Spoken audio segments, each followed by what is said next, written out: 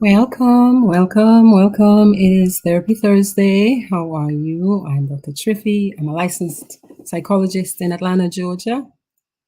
But I speak the way I do because I have maintained forcefully my accent from the lovely Caribbean island of Dominica. Yeah, not to be confused, however, with the Dominican Republic. I get this very, very often. The Dominican Republic is connected to Haiti in what used to be called Hispaniola, but Dominica is further south, and we are between the French islands of Guadeloupe and Martinique. I hope you're doing well this Thursday. Tonight, I'm going to start our Transforming Trauma podcast with this. And I'm going to ask you if you or somebody you know is experiencing a mental health, suicide, or substance abuse crisis, or some sort of emotional distress that is way more than you believe you can handle, reach out 24/7. 24/7. Reach out by texting 988. Text 988 and ask for help. Yeah, that's the Suicide and Crisis Lifeline. It used to be known as the National Suicide Prevention Lifeline. Now it's not a long number, 988. Almost everybody's got a phone. Yeah, if you're in the US, text 988 to connect to a trained crisis counselor, somebody who can get you the support that you need. Okay, I'm going to start by telling you that we're talking about suicide tonight. And suicide is not an easy subject to talk about. We're talking about the aftermath of suicide on the back end after it's happened. So, according to a 2016 study, it is estimated that 115 people at least, 115 people at least are exposed to one single suicide, with 1 in 5 of these people reporting that the experience had a devastating impact on them, or at least it caused a major life disruption. So, from one suicide that's been completed, and I say completed because there are many people who attempt, who think about it, but they don't complete it. But for every completed suicide, at least 115 people feel the ripple effect of the suicide. So, what can we do to manage the impact when it does happen? Because it's going to happen. Okay, it does happen. We don't want it to happen, but what can we do to manage the impact? And what can we do on the front end? A little bit of that. Tonight, I'm mostly focusing on the aftermath and what we can do.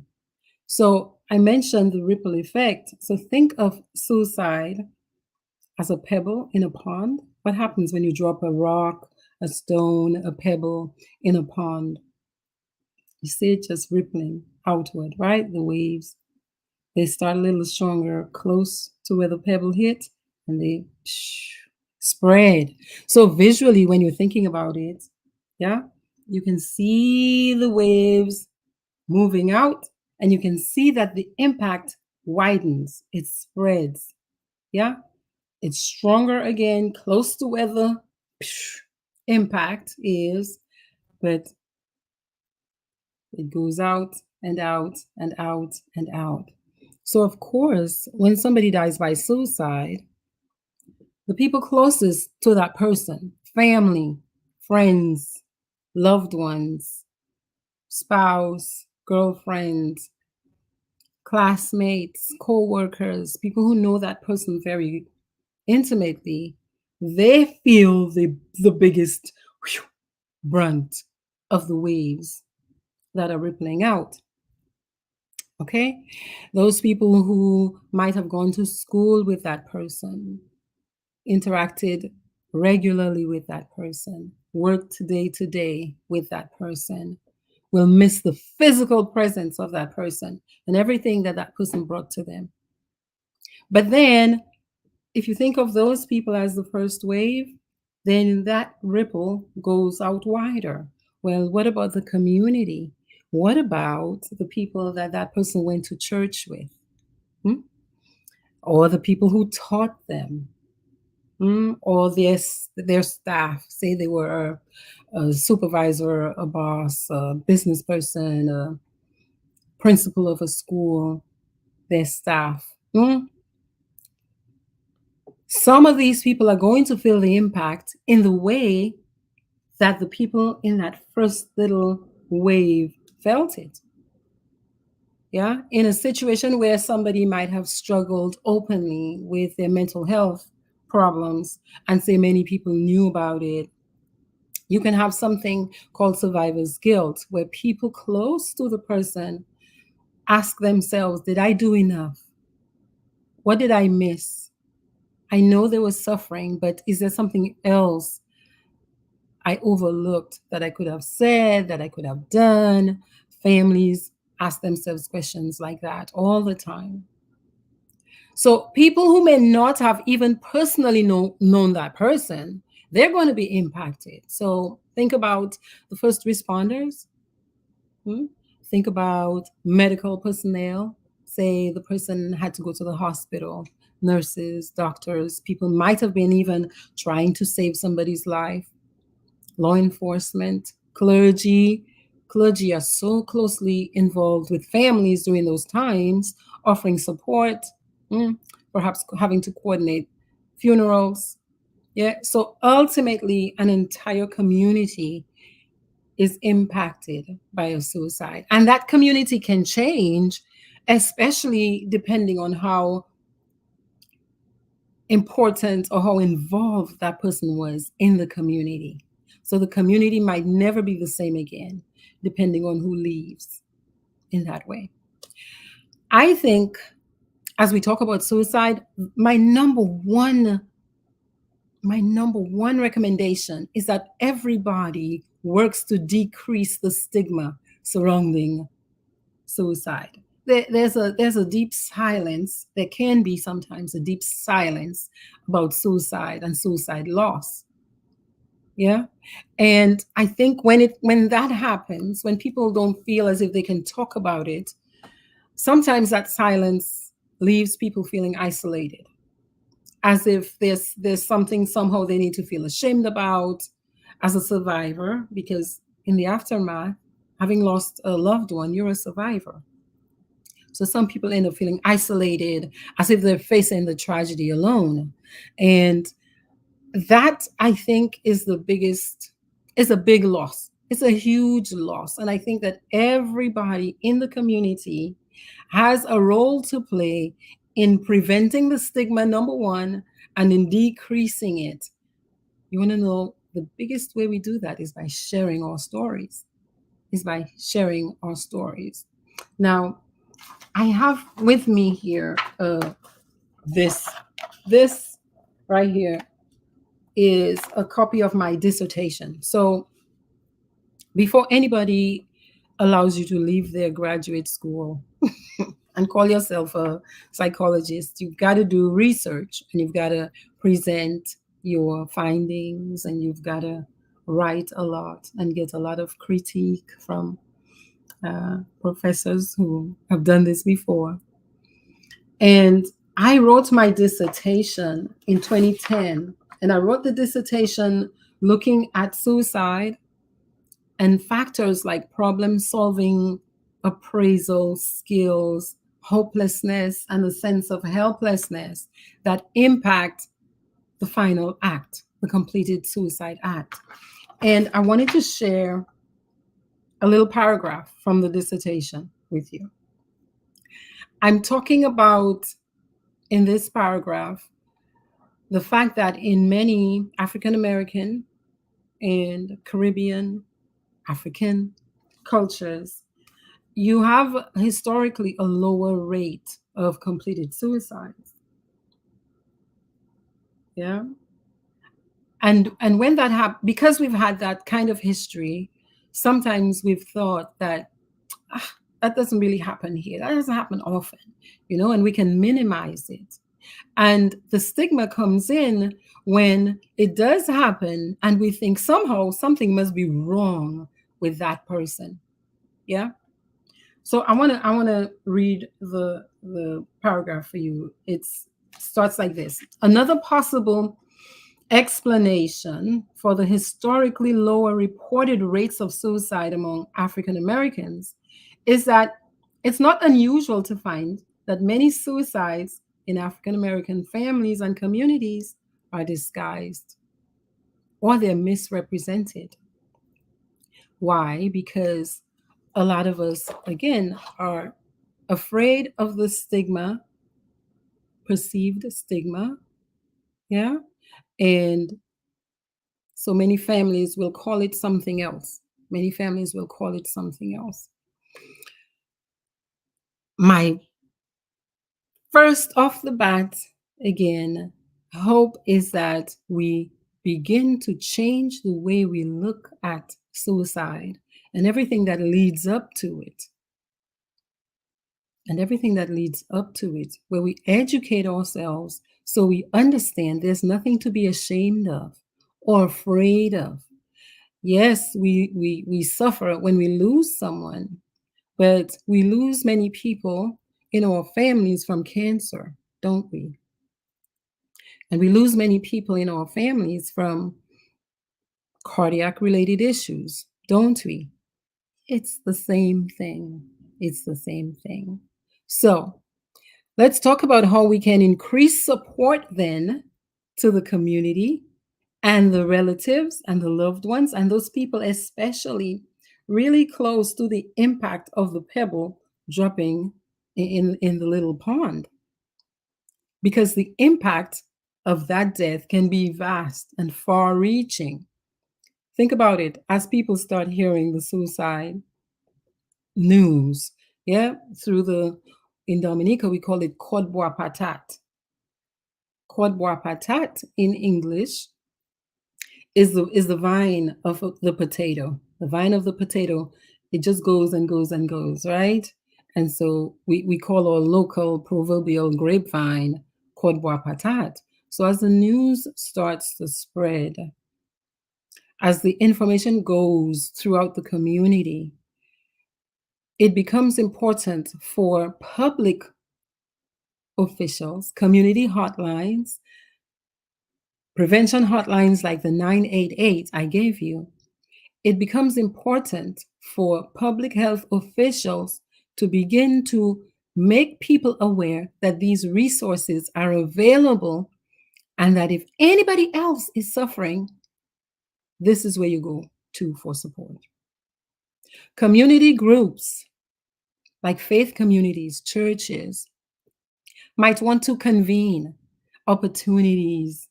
Somebody suggested that today on the Kindness and Coffee Live, where you talk about depression, you talk about suicide, and you invite people to come together for support. Yes?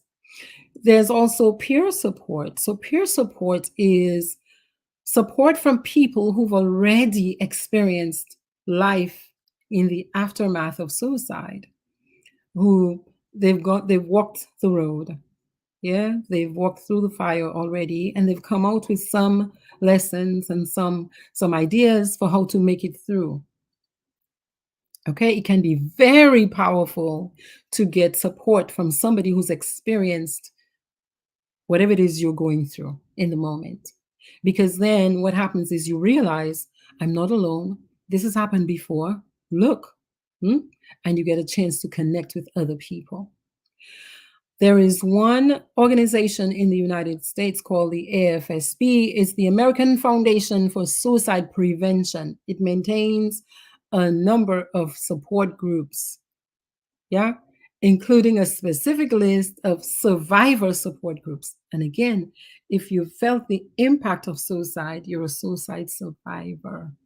And there's a powerful force that you can access in groups, again, of not just a peer, but several peers, where people are able to talk about and process their feelings so that they can move through to the other side of recovery. There are many online communities, support communities on Facebook, even. And I suggest people just type in what kind of group you're looking for, what kind of community you're looking for, so that you feel less isolated. So that you feel less isolated. Something else I want to talk about is called vicarious trauma. So, suicide by a celebrity or by somebody popular or well known or well loved can have widespread impact. And if you're hearing about the death, the sudden death of somebody you know and love, of course, that can be highly triggering and emotionally draining. Vicarious trauma happens to us. It's an experience where I am witnessing or I'm hearing about somebody else's deep pain, and somehow I start to feel. I start to feel. Sometimes we can take it on as well. It's part of really being in a community. It's part of sharing each other's burdens, but we also have to learn how to manage that as we listen to, as we learn about suicide, the fact that somebody has suffered from suicide. I say suffered from suicide, and I'm doing that on purpose. And I'll tell you why. Okay? I'll tell you why a little later. For people who've survived suicide attempts, think about it. If somebody has attempted suicide before and they hear somebody completed, there are some people who their feelings of suicidality can actually increase because for some people who have failed in the attempts, they can actually even carry guilt and shame that they were not able to complete the act. Yeah. So these are people we have to be thinking about and looking out for when news of a suicide comes out. Also, you have people, even if you've never had an experience of having thoughts about suicide, which I want to say that I think if you live long enough, you're going to experience some things in life that, even if you don't actively have thoughts and plans about hurting yourself, there are many of us who consider, well, I wonder what it might feel like if I wasn't here. Those are passive thoughts of suicide. Okay. So paying attention now to the deaths of other people, that also increases our awareness hmm, of our mortality. And we get to thinking about that. I suggest that we grieve together. There's power in the community, that we grieve together, yeah, as we recognize the impact of that pebble, yeah, the one who passed, the one who left. Okay. I think also about first responders, like I said, that group doesn't get talked about enough because very often they're the first on the scene and they get to discover the person and they in whatever condition, and they're human beings who, although they're trained, training is a sort of cerebral thing, it's a mental thing, but as a human being, when you come upon the reality of many of the experiences that first responders have to go through, I don't know that, say, the administrators or the people who manage the day-to-day schedules of first responders, I don't know that they do enough necessarily to provide opportunities for first responders and crisis responders to debrief, not in just a casual way, but in a formal, structured way that everybody knows what's going on and why they're doing it, because that helps first responders manage and process their own feelings, their own thoughts about what's happening. Yeah. Providing a way for them to talk about it, share their stories, and be able to tackle the next one, to be able to tackle the next one, because that's their job. I talk about social support a lot. Those are times for us to lean into the community, into each other. Hmm? For those people struggling with suicidal thoughts, access to mental health treatment can be a key to saving a life. Number one, access. But you also have to remember that many people feel ashamed, uncomfortable. There's the stigma attached to asking for help about something that in their minds, not many people are experiencing. Yes. So beyond access, even the support where I might be the one to set up the appointment for you, and I might be the one to drive you to the therapist or to the hospital. Yeah. So if you personally know somebody who's struggling, or if you're that person, I'm encouraging you to look out and reach out and ask for help. I'm encouraging you, if you know that person, that child of yours who is in the room and is having a hard time, hmm, set up the appointment and you take them. Yes. If you don't have health insurance, if you don't have coverage, even though you have health insurance, if you don't have coverage for mental health support, that's important as we hit 2024. If you live in the US and you're accessing Obamacare, huh? If you're accessing ACA, get coverage for mental health, especially if you know that somebody in your family or you are struggling. Take advantage of professional help. Call a therapist. Psychology Today, if you live in the US. And in Dominica, uh, there are a few people that you can talk to. Definitely, you can start, I think, with your medical doctor.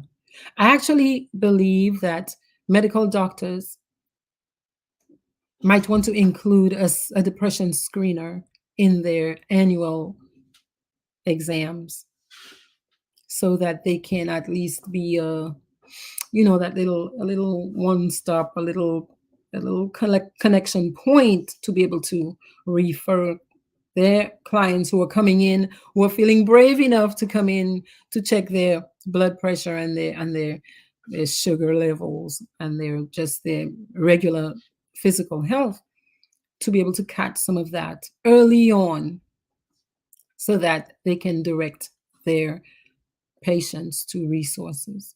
Yes, I think schools are another great entry point to be able to screen and catch people who need more support. So if we can identify a child in grade 4 who's having a hard time, think about how much better the outcome is going to be for that person if the school is able to catch it because there's a counselor attached to the school, hmm? As opposed to that person struggling 14, 24, finally. You know what I mean? The outcomes end up being better if we catch it early.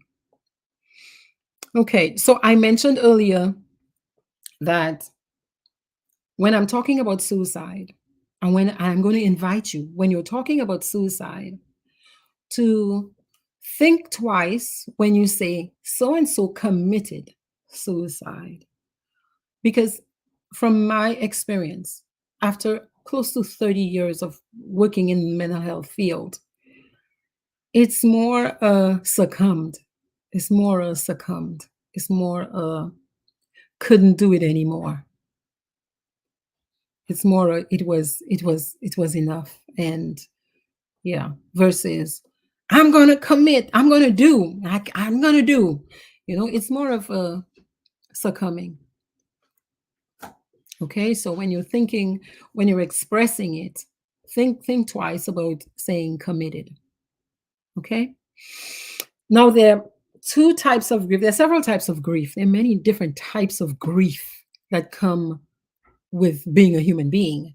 But I'm thinking about two in particular tonight. When I think about suicide, I'm thinking about a type of grief that's called disenfranchised grief. Disenfranchised grief is kind of like when you feel like your loss isn't validated by other people. So, if, say, you were a friend of somebody who died by suicide, Nobody in the family knows you. You're a, you know, you and that person met wherever. Yes. It can feel very uncomfortable for people who feel like as if they don't have a right, yeah, to mourn the loss of someone. And that can lead to something that's called disenfranchised grief. And then of course, traumatic grief. Traumatic grief is the result of trying to process grief when there's the added trauma of a sudden death that you were not anticipating, unexpected loss, or violent death. And that can, for some of the people, especially on that first uh, ring, yeah, in the pond that the pebble has been dropped into, some of the people on that first ring, it can impact your life to the point where you cannot work, yeah, or your functioning on a day-to-day basis gets interrupted because your mood, it's just difficult for you to process it. It might take you a long time to process your grief about that. So what are some next steps? What do we do now? What do we do now as we, especially as African American people and Caribbean people, what do we do now that we admit that many of us suffer from depression and many of us suffer from anxiety that goes unacknowledged and unrecognized, untreated? So that means many of us are in deep suffering. What do we do now? Here are some steps. Again, if you are the person, or if you know somebody who's experiencing a mental health, suicide, or substance abuse crisis, or an emotional, just a breaking down emotionally, there are resources, there is support, there is help. You don't have to do it alone. You don't have to do it alone. And I'm asking you to release, acknowledge it, right? If you're feeling ashamed, acknowledge it. But just, in a way, just put it on a side for a little while. And take an action. If you're in the US, like call 988, or if you're in Dominica, call the APU, or call your doctor, call your primary care doctor, the doctor that you go to most often, and you're more comfortable telling them, your more private things. Tell that person and ask them for support. Yes, ask them for support. If you have access to a therapist, please use your therapist. Please do so, because depression is life-threatening. Okay?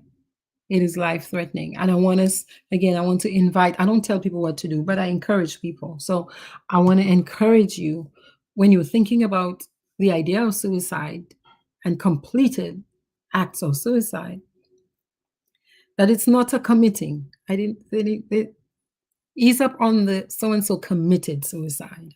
They gave up. They gave in to. It was too much. It was overwhelming. Yeah.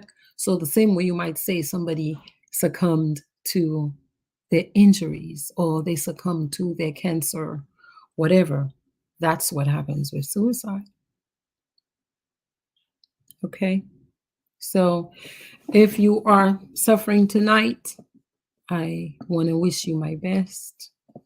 And I want to encourage us again to look out for each other, and to, if the resources around you are not enough in your mind, your responsibility is to advocate, is to make a big fuss so that you get it on a community level, because every functional society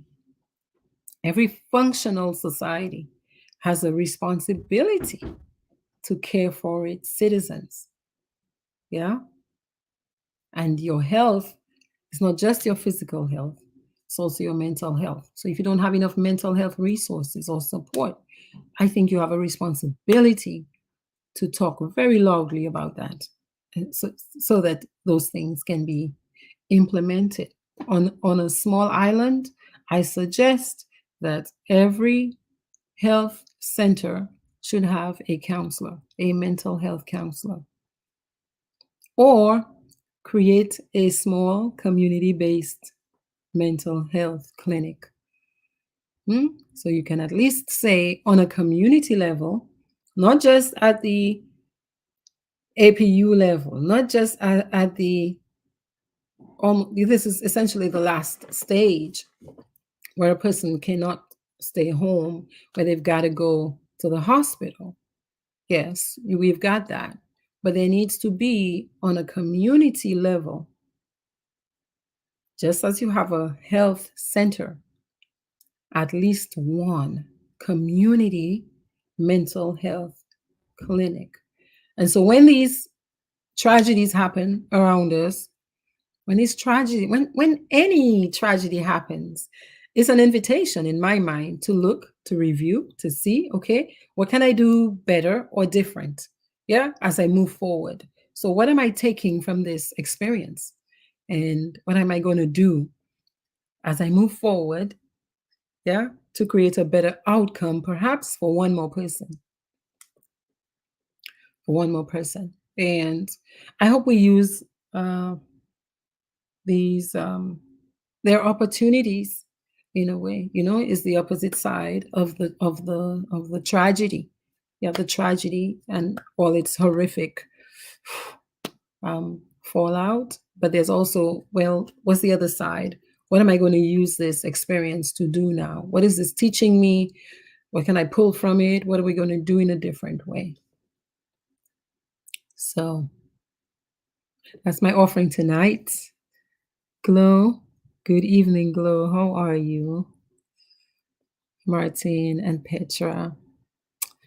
Martin says he agrees with the community-based mental health. It's as important as your physical health, because if you think about it, you've seen you know many people whose mental health has broken down to such a point that they're not able to function in society, but they're physically healthy. So if your physical health is, your body is great and your brain is not doing so well, the body almost becomes like, almost useless. Like, what am I going to do with my body if my mental health not is not well? So, Simone, happy Thursday. I hope you're doing well. Yeah, so this is my offering. I want to encourage you all to go listen to Dr. Simone, who's going to be doing from 8 o'clock a little tribute to Ronald. And yeah, let's go over there and as community support each other. All right, y'all. Happy Thursday. I'll talk to you very soon. Peace.